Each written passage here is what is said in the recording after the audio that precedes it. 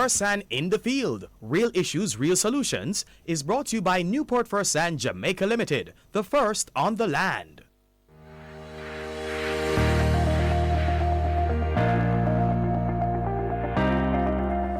All right, so it's time for Fersan in the Field, Real Issues, Real Solutions. And this morning we're taking a look at the importance of drought mitigation strategies in agriculture.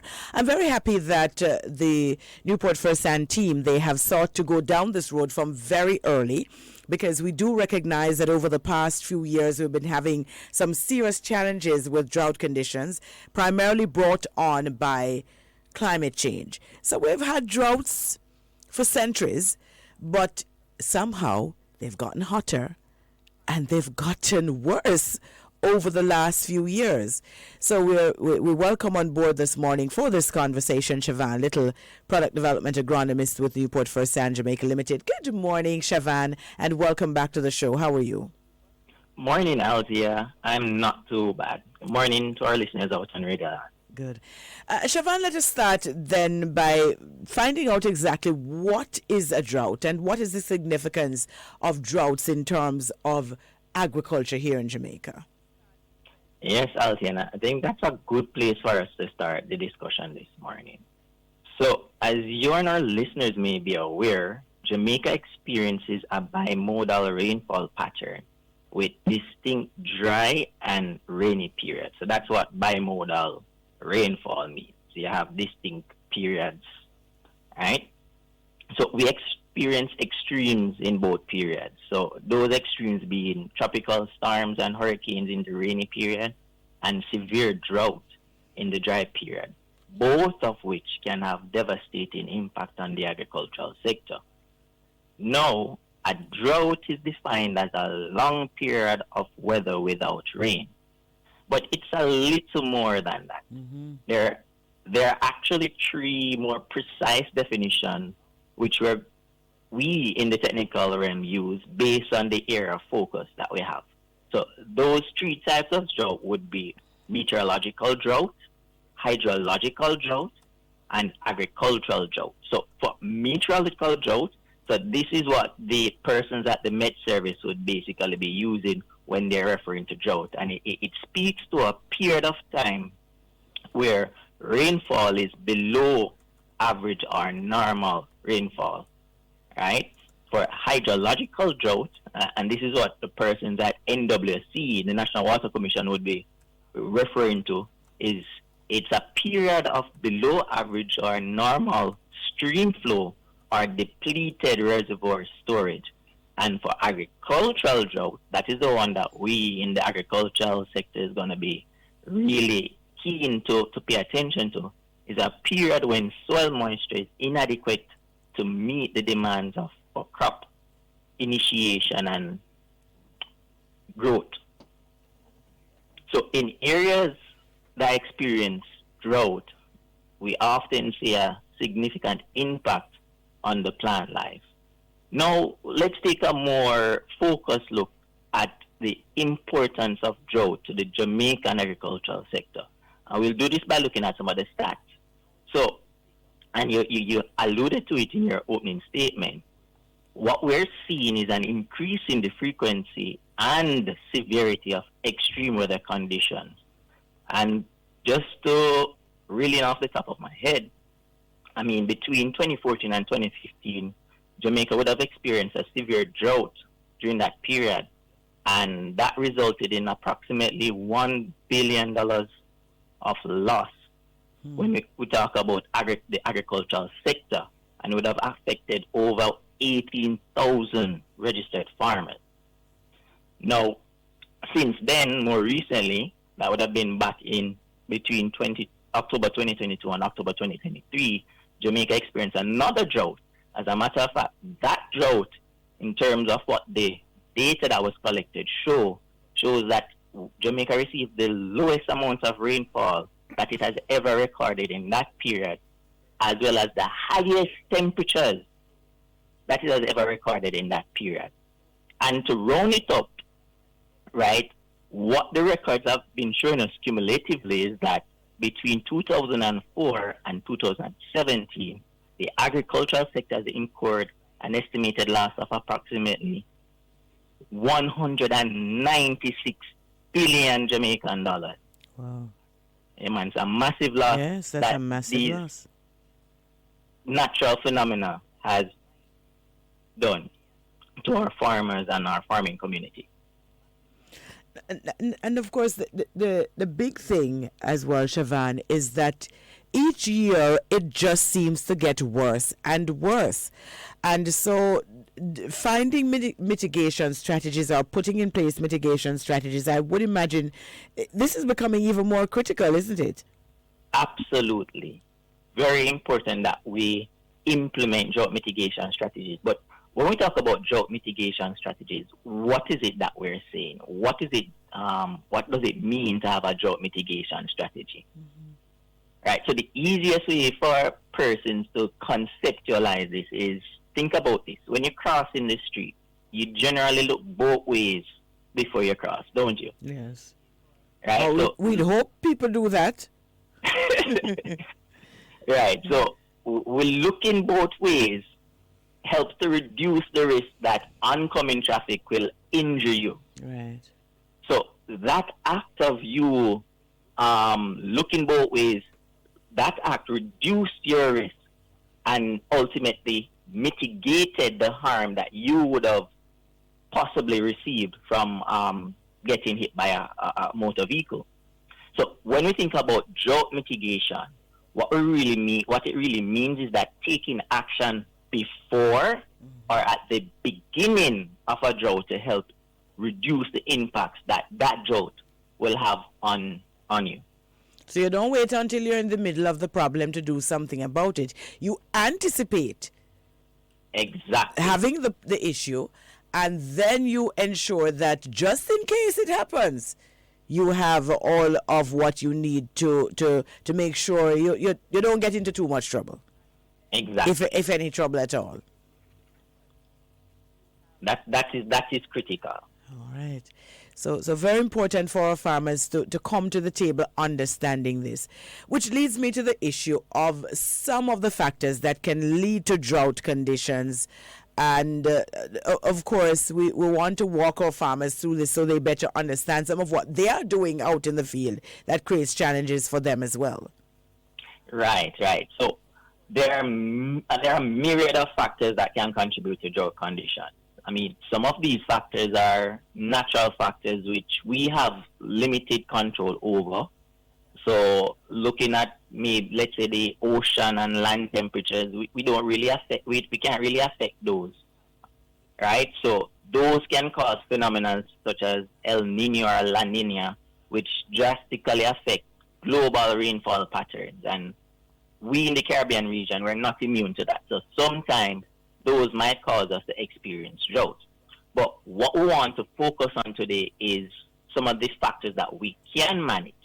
Right, but before I get to the farm level, I can't talk about drought without talking about some of the things that occur on a national level that contribute or exacerbate drought conditions when we do experience them. Sure. Right? And one of the activities that we practice here in Jamaica is this activity of slash and burn. Right. And the indiscriminate harvesting of our forested areas, removing the vegetation and the trees from out of these areas. So what that does, that affects the watershed areas and the water catchment basin. And then when those areas are affected, they're not able to collect enough rainfall to replenish our groundwater table. And then that now has a ripple effect on all other sectors in the island. In fact, Chavan, just recently would have heard the Jamaica Fire Service making an appeal for farmers not to slash and burn. And that if in fact they need to light a fire anywhere, they should contact the fire department, because these are the kinds of issues that can lead to precisely what you're talking about.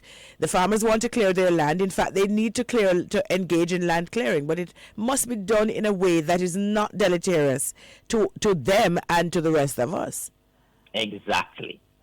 right? And I'm glad you touched on that point, because the next thing I was going to enter into is as it relates to land preparation activities. So as farmers, there's some practice that we do at the farm level that intensify the effects of drought that we experience.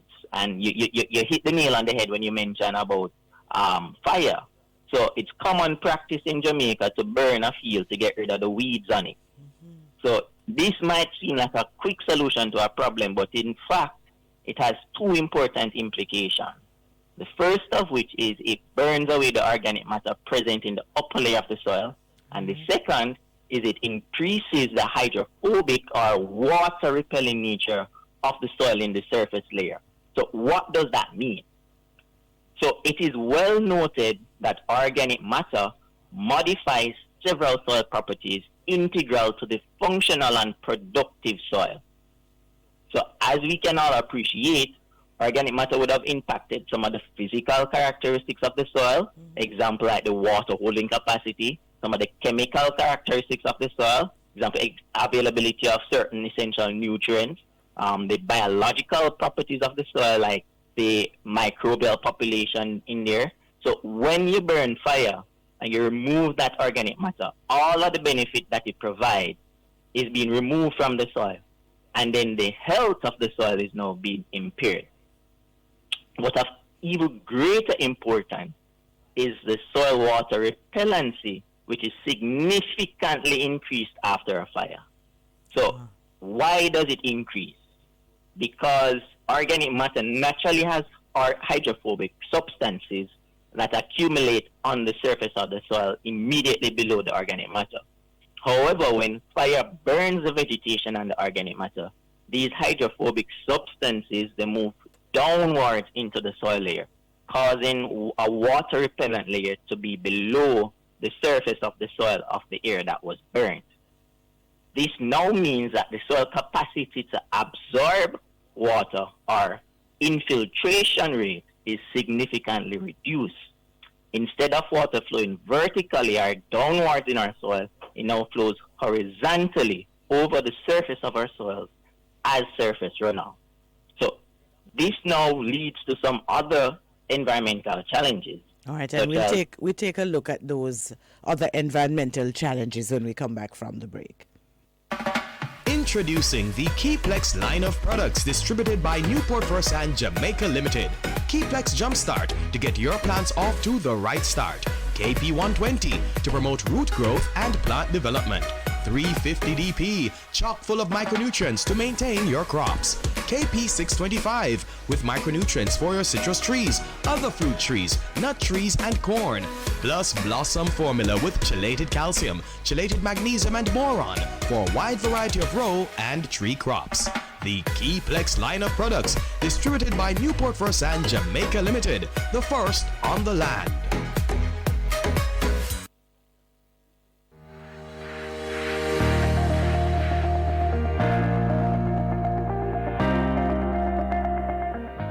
All right, so we're inside the feature First-Hand in the Field, Real Issues, Real Solutions. And my guest this morning is Chavan Lyttle, Product Development Agronomist with the Newport First-Hand. And taking a look at the importance of drought mitigation strategies in agriculture, Chavan has already helped us to understand what is a drought and the significance of drought conditions to agriculture here in Jamaica. He's also touched on the issue of drought mitigation. And we're talking now the other issues, including land preparation practices. And of course, we're going to learn more about the short, long-term and other impacts of prolonged drought conditions. But before we get to that, Chavan, you are talking about strategies which are very critical for all farmers to adopt. Go right ahead. Right. So as mentioning that the issue, the environmental issue that it leads to when we have surface runoff is erosion, which removes portions, mass of the soil, and reduces the amount of land or the amount of soil material that is there to cultivate on. So as you can imagine, less water with the remove of the organic matter, we have less water getting into the lower surface of the soil, and then there's less water in your soil profile, so the plants have less water to access, and then this in turn exacerbates the effects of droughts in our crop. Another thing that I'll just touch on briefly is soil type, right? And how soil type plays into the whole issue of drought conditions. So soil types generally govern the properties of our soil, and of particular importance when it comes on to drought are the physical characteristics of our soil. Because these are, understanding these is key to how we utilize these soil types and what crops we grow in them. So two key things I want our listeners to take away from this is the importance of understanding your soil texture and the implication of soil texture for drought conditions, as well as aggregation and how our practices can affect soil aggregation both positively and negatively. So when we talk about soil texture, our finer soils, which would be our clay soils, and our coarser soils, which would be our sandy soils, they have different properties. They're almost like the opposite of each other. So one, water flows through very easily, water drains very easily, while the other, water doesn't drain as easily, and it holds on to more water. So it dries at a slower rate versus the sandy soil, it dries at a much faster rate. So you can imagine in your sandy soils, you want to put your more drought tolerant crops in those soils, and in your clay soils, you want to put your more drought sensitive crops in your clay soil. So when don't move from there. I take it then, just listening to what you're talking about in terms of the soils, that there are certain types of soil or certain soil types that would be more susceptible to drought conditions than others. Absolutely, right. So your sandy textured soils generally would be more susceptible to drought conditions than your clay textured soil. Which then begs the question, I'm certain the farmers want to know, of what do you do then? Should you be, from the get-go, Chavan, knowing what we know about drought conditions and how severe these can get sometimes, particularly for those farmers who are just coming in? Should they also be taking a look at the soil that they're planning to use, the areas in which they're planning to grow, to make a determination as to whether or not it would be good, given the challenges that we face now with drought conditions? Absolutely. It would be ill-advised for you to start growing your crop or start a business venture in crop production without having those baseline information to guide what it is that you do in those areas. Boy, I tell you, I'm very happy that we're having this conversation this morning. And as I said, I'm equally happy that it's coming ahead of the expected hot and dry conditions, and we're already starting to feel some of that. So talk to us then, Chavan, about the impact of prolonged drought conditions. I know we have short, long-term, and I think something called cross-sector impact that I don't know that we talk about often enough. So can you just guide us through that? Most certainly. So when we talk about short-term impacts, or when we talk about impacts in general, we're really saying when a drought occurs, how does it affect us in the country? How does it affect our farmers? How does it affect the people? So when we talk about short-term impacts, quickly, the soil, when there's prolonged drought conditions, the soil moisture content decreases, and this causes our crops to dry out and become stressed and more vulnerable to pest and disease. One. Two, we can't leave out the pasture animals, especially for dairy operation. Drought significantly increases the risk of starvation of these animals and reduces the growth of our pastures, which is their primary source of food. Right? And looking at drought from a short-term point of view, even short-term droughts can have significant damage to crops, especially at the critical stages of the crop development, such as after planting or during flowering. So drought can stunt the growth of your crops. It can result in decline in size and quality of the produce. right? When we talk about long-term impacts now, we are going to be looking at some of our more traditional crops, so like your coffee and your banana. Drought has a pronounced impact on those, right? So what tends to happen is that these longer-term crops, the productivity of them decrease significantly. And what this means is that now you'll have to import or rely more on imported foods to meet the demand to feed our nation, right? Another impact of long-term or prolonged drought is that there's an overuse of irrigation water. And what this can lead to, it can lead to our aquifers experiencing saltwater intrusion, which then renders those aquifers unsuitable for fresh water.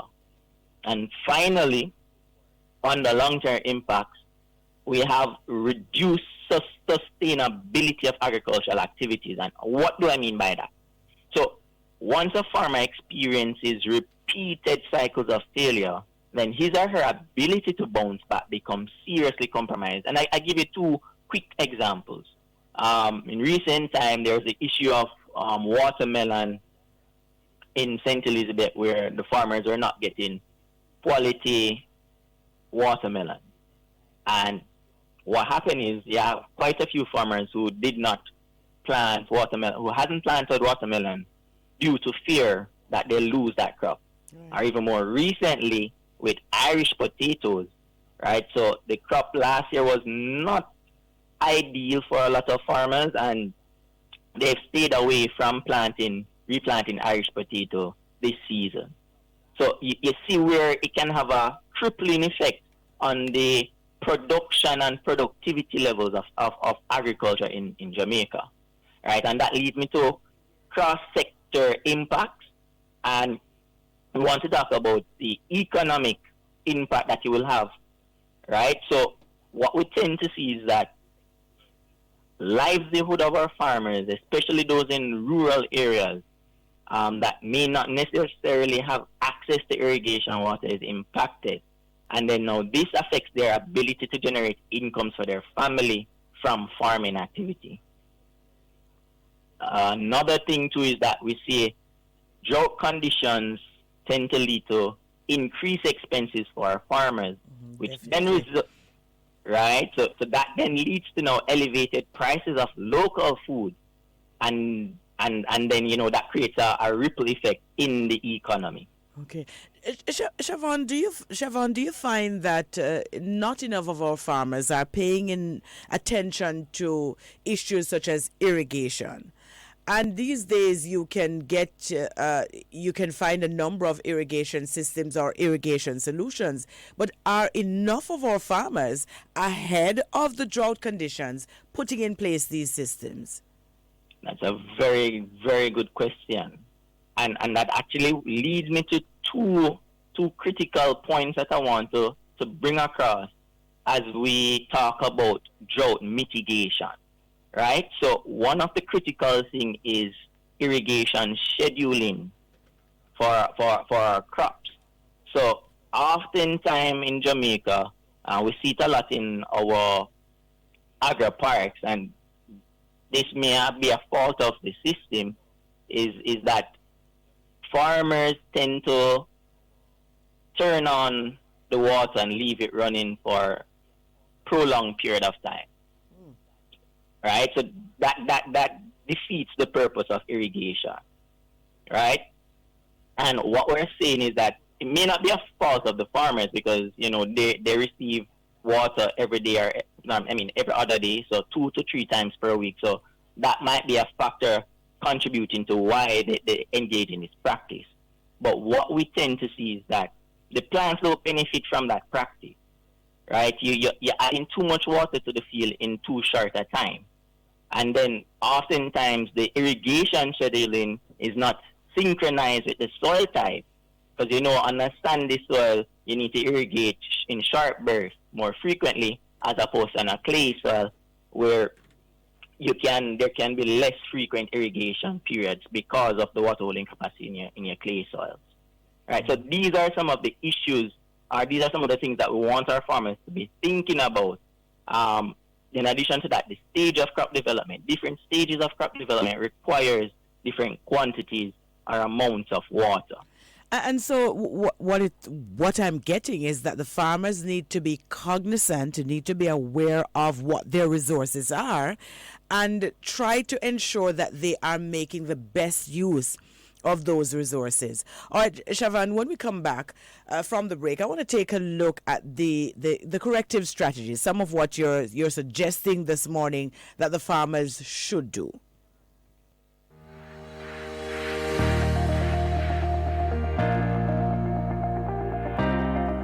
All right, so we're rounding out our conversation now with Chavan Lyttle, and we're taking a look this morning at the importance of drought mitigation strategies in agriculture. We have heard what a drought is and the significance of that to Jamaican agriculture, land preparation practices, soil types. All of this is very critical in what we do with regard to drought conditions, and there are as well the impact of prolonged drought conditions, the short-term, long-term, and cross-sector impact.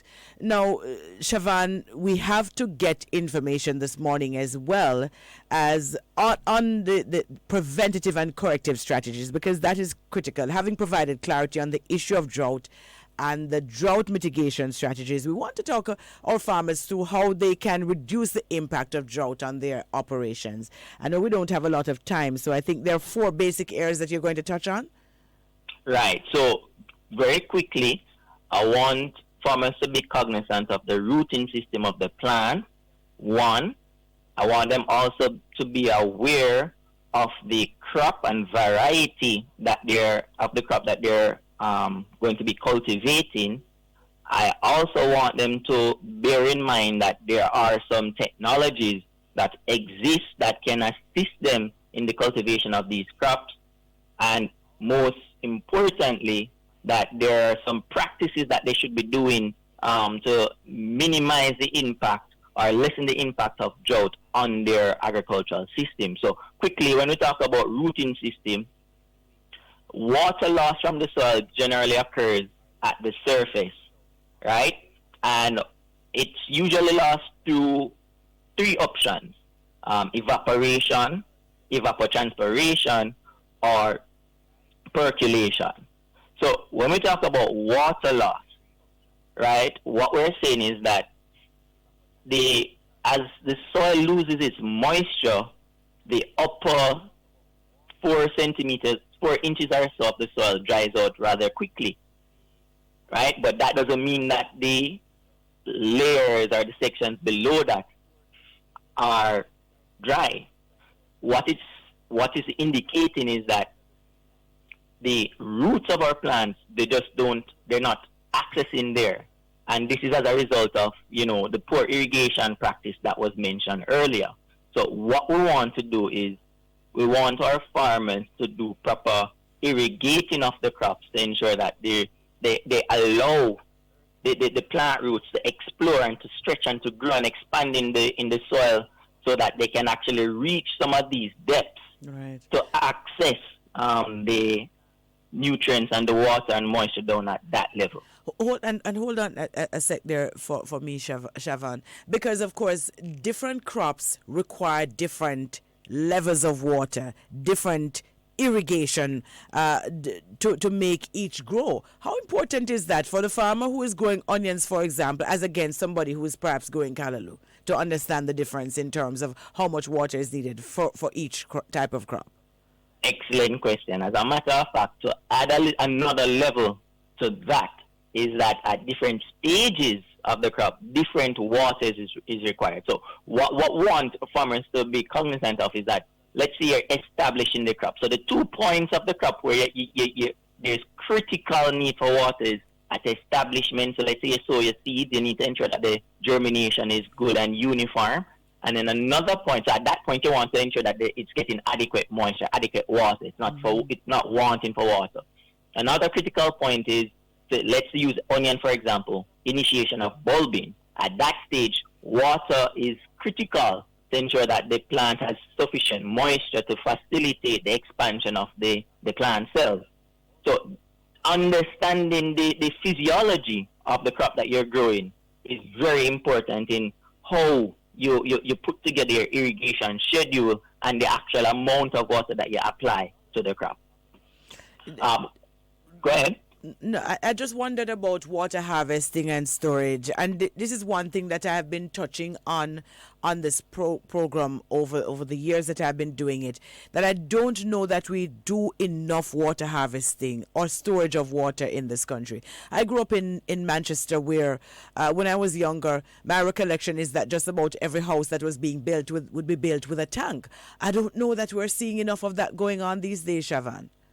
Absolutely. And that's something that we have to promote, especially given the climatic situation that we're faced with of unpredictability when we'll get rainfall. So the seasons that we are accustomed to those are now changing. Mm-hmm. So it's better to prepare ourselves for the worst case scenario than for the worst case scenario to happen and we're not prepared.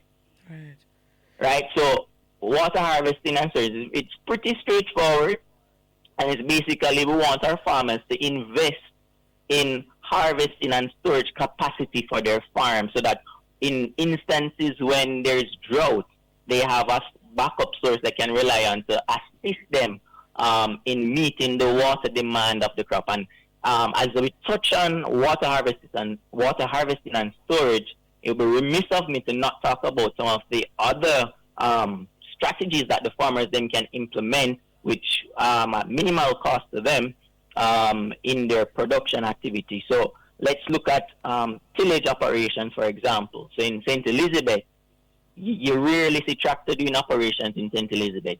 They do a minimum tillage operation, right? And what that does, you remember me talk about soil type. Right. So the aggregate, minimum tillage disturbs the aggregate.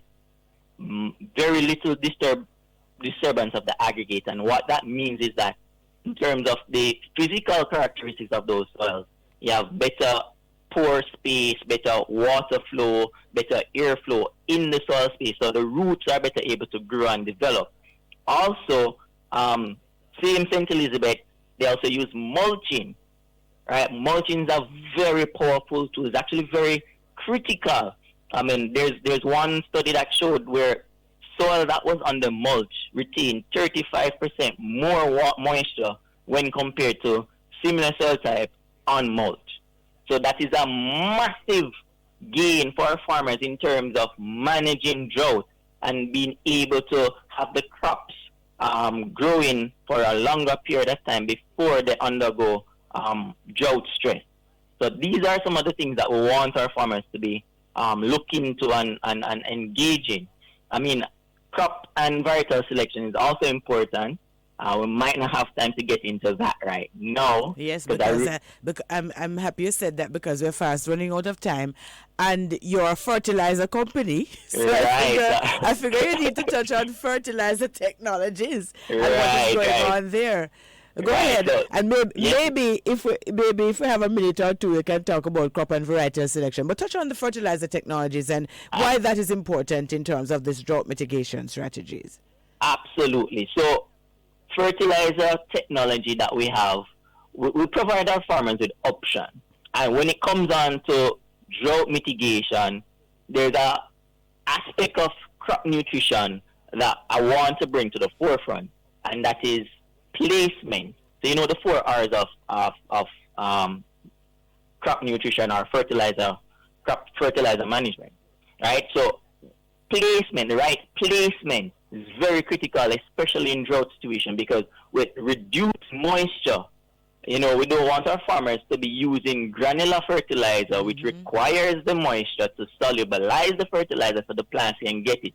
And if they put it in the root, where the roots are, what you essentially have happening is the fertilizer will then be taking up the moisture that is in the plant root. The little bit of moisture that is in the plant root is going to take it away from the plant. So essentially you're killing the plant. Right? So just like when you put salt on the back of the frogs and you see the frogs eventually die, that's what you're doing to the plant when you use granular fertilizer. I'm here to tell you that we have some better options, which would be the soluble and foliar fertilizers, right?